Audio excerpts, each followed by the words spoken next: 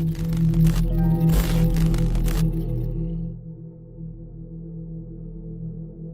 the early morning hours of the 19th of October 2004, an 8-year-old boy named Mohammed Amuri was walking to school down a street in a quiet southerly town in Linköping in Sweden. A man approached the boy in the open street from behind and started stabbing him. After stabbing the child, he went after a 56-year-old teacher named Anna-Lena Svensson, who was on her way to work. She was passing and had also witnessed the attack. She was stabbed several times, including the neck, head and body. The woman and child were unrelated and both passed away from their injuries. A massive investigation followed. The authorities couldn't identify a suspect or a motive, despite finding the assailant's DNA at the scene, on the knife, and a hat with hairs, along with witness descriptions of a young man with blonde hair. Police even called upon the FBI for help, but to no avail, and the case went cold. The case was finally cracked when new legislation in January of 2019 allowed police to search for DNA matches of not only the perpetrator, but also family members. After exhausting the police's own DNA database, they started looking on commercial genealogy websites, which are popular amongst members of the public seeking long-lost relatives. In June 2020, an arrest was made after the suspect's DNA was taken and matched the DNA held from the crime scene. It was confirmed to be a 37-year-old man named Daniel Nyqvist, who was 21 at the time. While interviewing Daniel, he confessed about having obsessive thoughts about wanting to take people's lives and said that he chose his victims randomly. He also said that he felt the boy was an easy target because of his size, and the woman witnessed the attack, so he went after her as well. He also explained how he didn't clean his teeth that day, as he was expecting his life to have ended, or he was going to get caught, but he felt compelled to do it, and he could not stop himself. He explained he felt anxious, and his anxiety subsided after stabbing his victims. In 2004, Daniel lived with his parents. The day started out with him waiting for his parents to leave for work, and then arming himself with a rickety butterfly knife he bought from Poland a few years earlier, and boarding a bus to Linköping. Once he arrived, he committed his gruesome acts, then fled the scene. He then went to McDonald's to wash his red-stained hands clean, and boarded the bus back home again. During the investigation, Daniel underwent an examination, and it was concluded that he suffered a severe mental disorder. The trial started against Daniel on the 15th of September 2020 and went over 3 days. Linköping District Court announced its verdict in the case. He was found guilty of taking both lives, but he was handed over to forensic psychiatric care rather than being sentenced to prison. Daniel was ordered to pay damages totaling 350,000 Swedish krona, which equates to roughly $40,000 US, to the family members. Daniel lived a very isolated life until his arrest. He moved out of his parents' home in 2009 and moved into a 5th-floor apartment complex in the same city and had lived there ever since. He was on unemployment benefits, he was a loner, and he liked to play computer games. He seldom ventured out of his sparsely furnished apartment in central Linköping. He stayed clear of crowds, he didn't enjoy the company of others, and rarely spoke to relatives. Both his parents had also passed away. His mobile phone provided a picture of his solitude.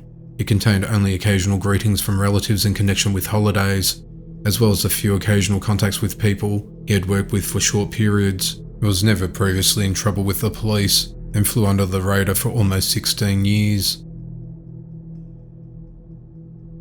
In the morning of the 10th of October 1998, 30-year-old Shannon Harris vanished after stopping by his mother's house in Umeå.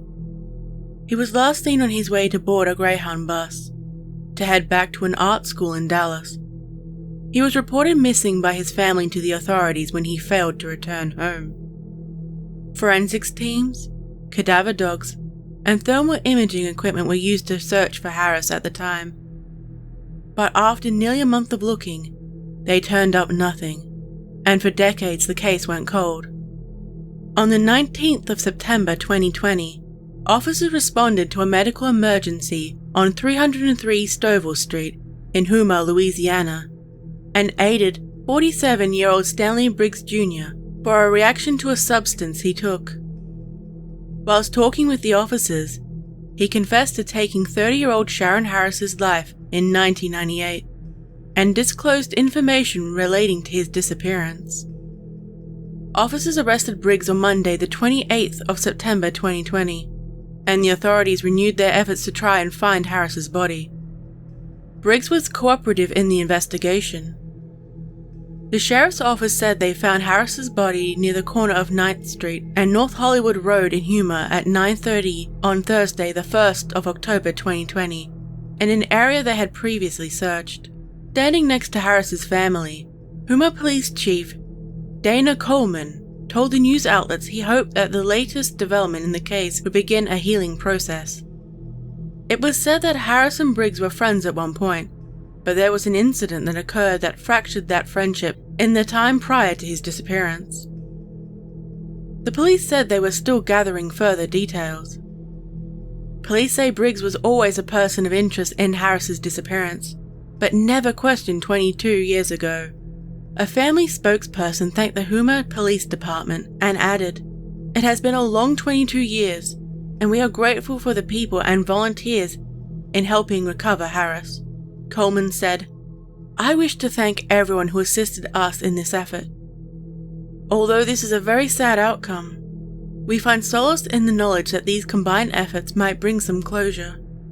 Briggs is being held in the Terrebonne jail and is on a $500,000 bond. On the 19th of April 1982, Velma Nesset was a 64-year-old cleaning woman employed by the Permian Mall, which is now called the Music City Mall, in Odessa, Texas. Just prior to starting work, a man approached her.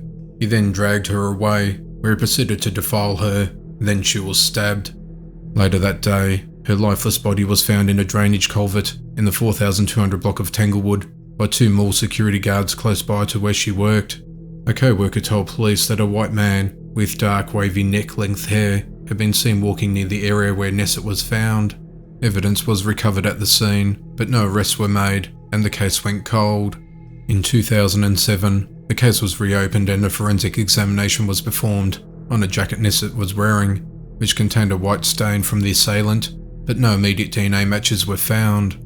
As part of an ongoing investigation, the Texas Rangers Cold Case Unit looked into the matter in July of 2020.